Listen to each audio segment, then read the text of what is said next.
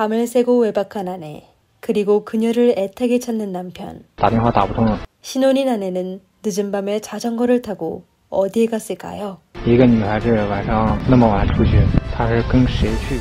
그리고 그녀는 어떻게 공원의 연못에 빠져 숨지게 되었을까요? 因为是我买了电动车。 그녀의 사건은 단순히 사고였을까요? 아니면 뭔가 숨겨진 비밀이 있었을까요? 안녕하세요 여러분, 미스터리 수사국입니다. 오늘의 아내를 해쳐 보험 사기한 남자의 사건을 소개해드리겠습니다. 이번 사건은 지금까지 사건 중 남자의 범행 수단은 사람을 놀라게 할 정도로 완벽했습니다. 만약 이 남자가 사업이나 일에 집중했다면 무언가를 해낼 사람이었을 것입니다. 2013년 5월 10일 오전 7시 중국 장쑤성 창저우시의 한 공원에서 아침 운동을 하던 사람들은 공원 인공호수에 한 여성이 떠 있는 걸 발견하여 경찰에 신고하였습니다. 경찰은 신고를 받고 바로 현장으로 출동하였는데요. 피해자는 한 작은 다리 근처에서 발견되었는데 당시 빨간 코트를 입고 엎드린 채 호수에 떠 있었습니다. 경찰은 바로 그녀를 꺼냈는데요. 여성은 20대 중후반에 160cm의 키에 빨간색 상의를 입고 검은색 스타킹과 하의를 신은 모습이었습니다. 그녀의 옷은 깨끗했는데 분명 그녀가 물에 빠졌을 때 살아있었으며 익사로 세상을 떠나게 된 겁니다. 그녀의 몸에는 현금과 목걸이, 반지 등 귀중품이 전부 그대로였으며 또 외부 부상이 없었으며 누구와 싸운 흔적도 없었습니다. 이에 경찰은 강도나 누군가가 그녀에게 몹쓸 짓을 한 거에 바로 배제하였습니다.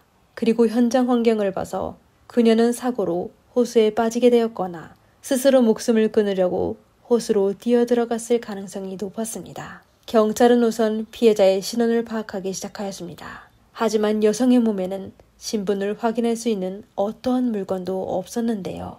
경찰은 사건이 발생한 지역을 방문하였는데 그녀를 아는 사람이 없었습니다. 경찰은 할 수 없이 그녀의 지문과 DNA를 수집해 데이터베이스에 넣어 확인하려고 했습니다. 그러다 바로 그날 오후에 리량이라는 남자가 경찰서를 찾아가 아내가 전날 저녁에 새로 구입한 전동자전거를 타고 연습하러 나갔는데 이튿날이 되었는데도 돌아오지 않았다고 하였습니다. 그리고 그는 전날 밤부터 아내를 찾으러 다녔지만 찾지 못하여 아내가 걱정이 되어 경찰서로 가기 전에 이미 경찰에 신고했었다고 하였습니다. 喂，你好，120。哎，你好，我想问一下，就是如果一个人就是昨天晚上他出去骑电动车出去，到现在没回来的话，可不可以报警？ 리량은 아내가 12시간 동안 나타나지 않아 더 이상 기다릴 수 없어 경찰서로 찾아가게 된 겁니다. 昨天晚上出去了，然后到现在没回来。 리량이 아내의 모습을 경찰에게 얘기하자 그들은 방금 발견한 여성의 모습과 매우 유사하여 여자의 사진을 리량에게 보여주며 확인하게 하였습니다. 사진을 보게 된 리량은 충격받아 통곡하기 시작했습니다. 그는 경찰에게 그 여성이 바로 본인과 결혼한 지 2개월밖에 안 된 아내 랴오 홍샤라고 하였습니다. 리량은 눈물을 흘리며 다 나 때문이야. 나 때문에 네가 이렇게 됐어. 라고 하였습니다. 그럼 그는 아내의 사건과 관련이 있었을까요? 알고 보니 리량은 며칠 전 신혼 아내에게 빨간색 전동자전거를 선물로 사줬습니다. 홍샤는 운전이 서툴러 며칠 동안 저녁에 운전 연습하러 밖으로 나갔습니다. 사건 당일 리량은 저녁 21시쯤 퇴근하여 집으로 돌아왔는데 아내가 없어 그녀에게 연락하여 아내가 운전 연습하고 있다고 하여 전화를 끊었다고 하였습니다. 하지만 저녁 11시가 되었는데도 홍샤가 집으로 돌아가지 않았고 또 전화도 받지 않아 그는 할 수 없이 홍샤의 남동생에게 연락한 후 본인도 차를 운전해 나가 아내를 찾아다녔다고 하였습니다. 그리고 그는 오전 내내 아내를 기다렸는데 아내가 돌아오지 않아 경찰서로 찾아가 신고하다가 홍샤가 숨졌다는 사실을 알게 되었습니다. 리량은 자신이 구입한 전동자전거의 속도가 너무 빨라 홍샤가 자전거를 통제하지 못하여 호수에 빠지게 됐다고 하였다고 자책하였습니다. 因为是我买了电动车。 경찰은 남편 리량의 진술에 따라 사건이 발생한 인공호수로 출동하여 결국 전동자전거를 찾아냈습니다. 경찰 측의 기술자들은 전동자전거의 밑부분에서 긁힌 자국을 발견했는데 인공호수의 다리에 차량과 맞는 긁힌 자국을 발견하게 되었습니다. 경찰은 여러 번의 실험으로 홍샤가 전동자전거를 타던 중 실수로 호수에 빠졌다는 사실을 확인하였습니다. 사건은 뻔해 보였지만 경찰은 특이한 점을 발견하게 되었습니다. 인공호수의 수심을 측정한 결과 평균 수심은 145cm에 불과했습니다. 홍샤는 160cm의 키에 하이힐까지 신고 있었는데 어떻게 아주 낮은 수심에서 익사하게 되었을까요? 그리고 홍샤의 신발 밑창에는 호수 바닥에 진흙이 묻어 있어 분명 그녀는 물에 빠진 이후 일어섰던 겁니다. 이에 경찰은 이상하긴 했지만 얕은 물에는 익사하게 된 사람이 적지 않아 증거로 사용할 수가 없었습니다. 이때 홍샤의 부모는 딸이 세상을 떠났다는 소식을 듣고 고향에서 달려왔습니다. 홍샤의 부모는 딸의 사건 보고서를 본 후 슬퍼하며 리량과 함께 통곡하기 시작했는데요. 일가족들은 그 결과를 받아들일 수 없어 전부 홍샤의 진단서에 서명하는 걸 거부하며 다시 홍샤가 숨지게 된 사실을 찾아달라고 요청했습니다.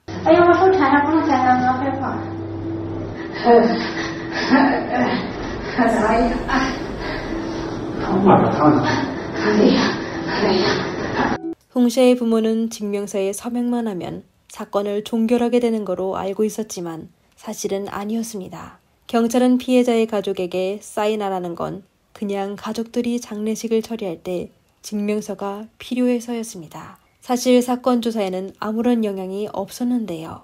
여기까지 리량은 아내를 아주 사랑하는 남자처럼 보였습니다. 하지만 경찰의 조사에 점점 더 많은 의문점이 드러나게 되었습니다. 우선 홍샤가 간 공원은 집에서 아주 멀리 떨어져 있었습니다. 그리고 그 공원은 밤에 조명이 별로 없어 자전거 연습하기에는 적합한 장소가 아니었는데요.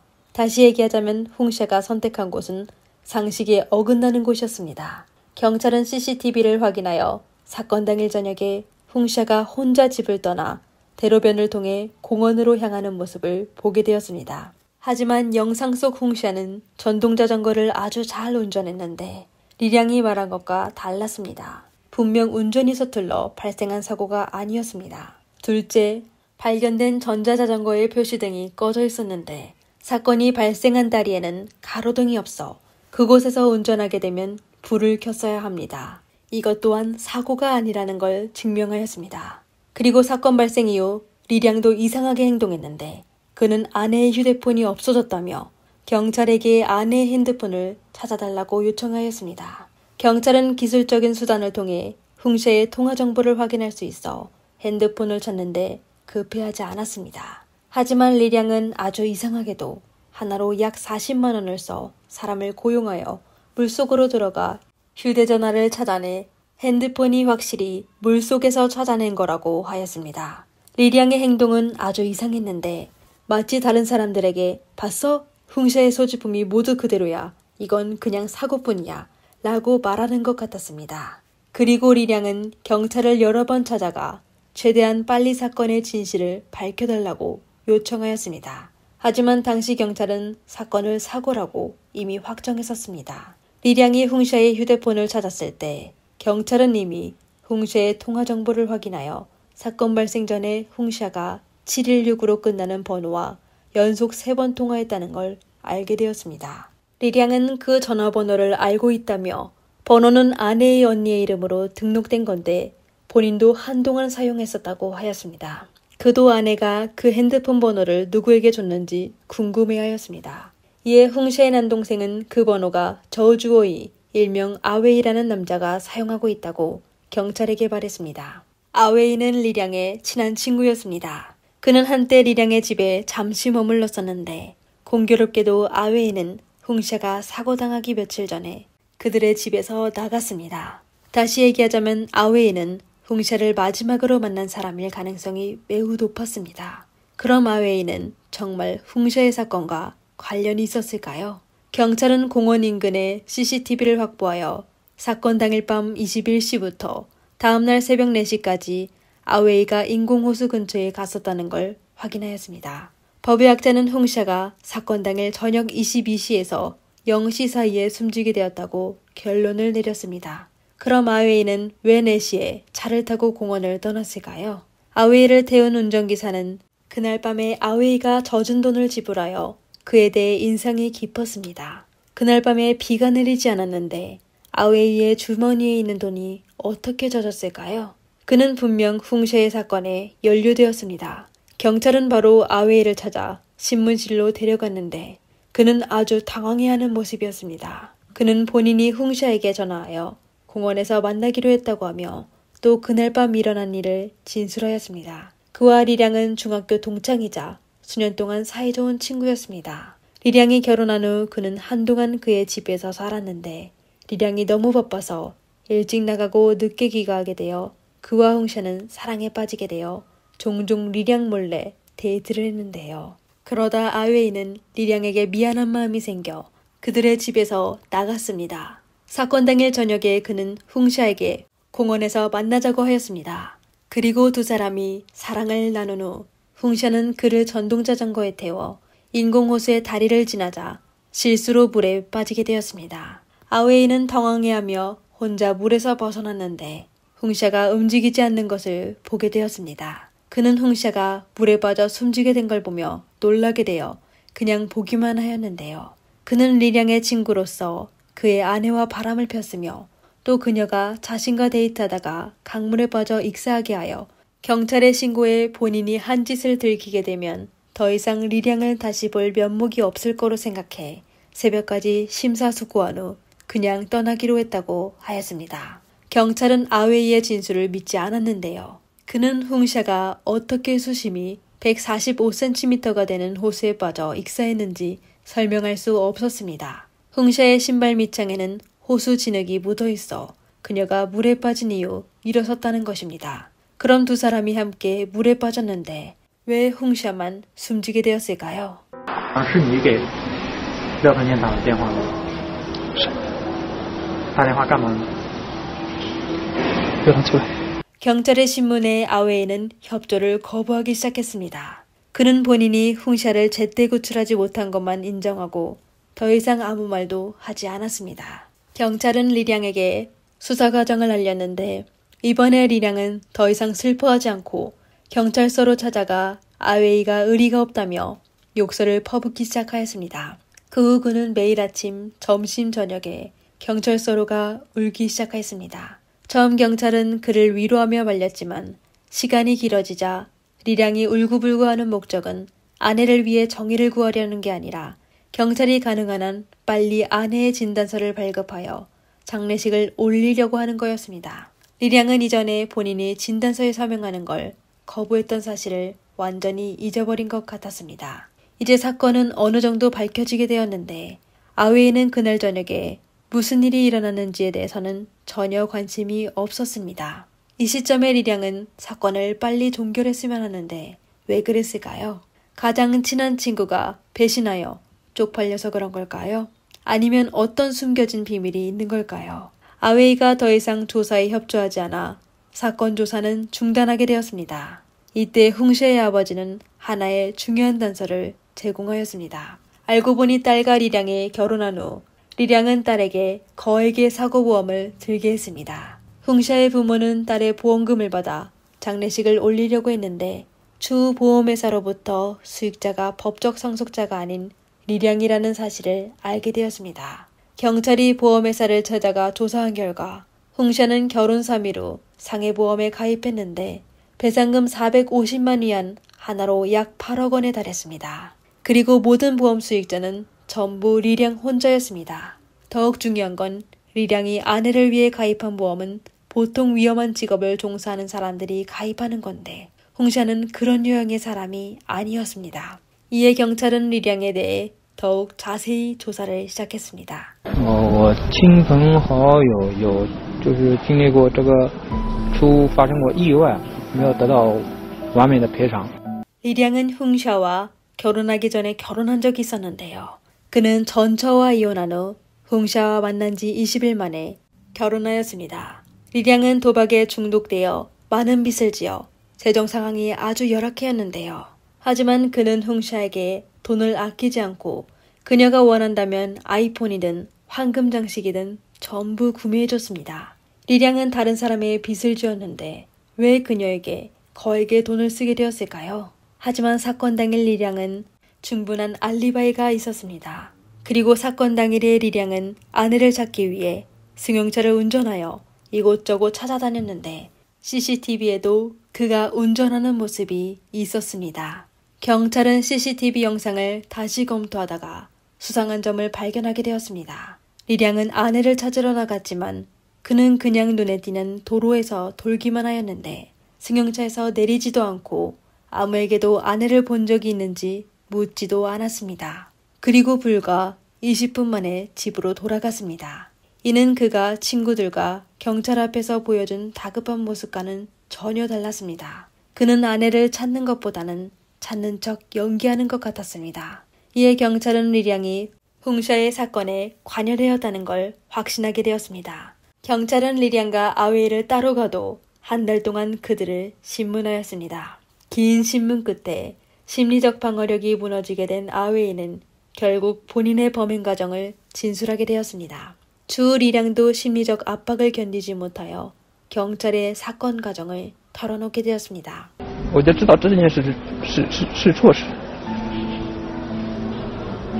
但是当时一直钻在一个扭结的里面没指出来，坐在车上应该坐了很长时间，一直在考虑是不是要做这样一件事，什么动作把他安排回来，他要是活过来多好。 사실 리량은 PC방을 운영하며 경제적으로 꽤 괜찮은 편이었는데요. 그러다 2012년에 경영난으로 PC방은 폐업하게 되었습니다. 그리고 도박에 중독된 그는 몇십 위원, 하나로 1억 정도 되는 빚을 지게 되었는데 채권 추심자들은 계속하여 그의 집을 찾아가 돈을 갚으라고 독촉하였습니다. 리량은 어떻게 하면 빨리 돈을 벌 수 있는지 고민하다가 결국 아내를 해쳐 보험금을 누리는 걸 생각해냈습니다. 당시 그는 전처와 이혼하지 않았는데 두 사람은 아이가 있었고 부부관계도 아주 좋았습니다. 그는 아내를 너무 사랑하여 도저히 그녀를 해칠 수 없어 그녀와 매일 싸워 이혼까지 하게 되었습니다. 다시 얘기하자면 리량은 전처와 이혼하기 전부터 보험 사기를 계획하기 시작하였습니다. 그는 SNS를 통해 27세 스탄성 여성 홍샤를 알게 되었습니다. 리량의 목적은 매우 분명했는데 단지 결혼할 사람을 찾는 거였습니다. 당시 홍샤도 막 이혼하여 공허한 상태였는데요. 두 사람의 코드는 아주 잘 맞았는데 리량은 완전 홍샤의 이상형이었습니다. 홍샤는 불과 13일 만에 리량의 프로포즈를 받아들여 혼인신고를 하였습니다. 하지만 결혼한 후 리량은 홍샤에게 손을 대지 않았고 또 홍샤에게 매우 예의 바르게 행동하여 홍샤를 혼란스럽게 하였습니다. 그러다 결혼 3일째 되는 날에 리량은 전처에게 가입한 보험증권을 눈에 띄는 곳에 배치하여 홍샤가 보게 하였습니다. 보험증권을 보게 된 홍샤는 결혼 후 리량의 행동에 불만을 표하며 리량에게 전처를 아직 잊을 수 없는 게 아니냐고 물으며 본인과 결혼했는데 어떻게 전처의 보험을 들 수 있냐고 물었습니다. 이에 리량은 바로 알았어, 화내지 마. 그녀의 이름을 너의 이름으로 바꿔줄게. 이럼 될까? 하고 물었습니다. 이렇게 그는 홍샤가 총 보험 금액이 하나로 8억이 되는 보험계약서에 서명하게 하였습니다. 홍샤는 보험 내용을 전혀 읽지 않고 그냥 본인이 남편의 전처를 이겼다고만 생각하였습니다. 리량은 사전 준비를 다 하고 다음 단계를 계획하기 시작하였는데요. 처음 리량은 교통사고를 일으키려고 했습니다. 하지만 두 사람이 결혼한 지 얼마 안 되고 본인이 직접 그녀를 숨지게 하기에는 분명 경찰의 의심을 받게 될 거로 생각하여 그는 가장 친한 친구 아웨이를 찾아가게 되었습니다. 아웨이는 성격이 단순하고 말주변이 없어 어렸을 때부터 괴롭힘을 당했는데 리량이 종종 그를 도왔었습니다. 그러다 시간이 길어지자 아웨이는 리량에게 고마운 마음이 생겨 그의 말을 아주 잘 들었습니다. 이렇게 리량은 아웨이에게 본인의 계획을 알려주며 만약 성공하게 되면 그에게 20만 위안, 하나로 약 3,600만 원을 주겠다고 약속하였는데 아웨이는 바로 동의했습니다. 그 후 리량은 아웨이를 집으로 데려가 홍샤에게 그가 본인의 친한 친구라며 당분간 살 곳이 없어 한동안 그들과 같이 있어야 할 거라고 하였습니다. 아웨이가 이사 오자마자 리량은 일부러 홍샤를 무시하며 홍샤와 같은 방에서 자지도 않고 종종 외박까지 하며 아웨이와 홍샤가 같이 있을 수 있는 기회를 만들었습니다. 그리고 아웨이는 홍샤를 위해 집안일을 도와주고 요리해주며 또 홍샤와 함께 쇼핑도 하여 홍샤는 점점 아웨이에게 넘어가게 되었습니다. 그녀는 아웨이와 몰래 만나며 결국 선을 넘게 되었습니다. 홍샤는 남편이 아무것도 모른다고 생각했지만 사실 그녀가 하게 된 모든 일은 리량이 미리 계획한 것이었습니다. 리량은 사건 현장을 직접 검토하여 계획을 정식으로 실시하기로 결정하였습니다. 2013년 5월 9일 아웨이는 홍샤를 공원으로 불러 데이트를 하자고 하였습니다.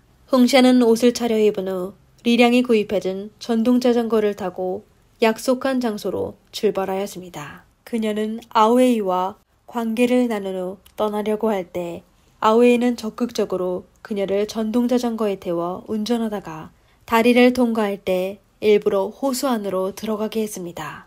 그리고 그는 홍샤의 머리를 물밑으로 밀며 그녀가 움직이지 않고서야 손을 놓았습니다. 그러다 저녁에 리량은 홍샤에게 전화를 걸어 그녀가 전화를 받지 않아 본인의 계획이 성공했음을 확인한 후 경찰에 신고하였습니다. 그리고 그는 알리바이를 만들기 위해 밖으로 가 홍샤를 찾는 척하였습니다. 하지만 리량의 계획은 결국 경찰에게 들키게 되었는데요.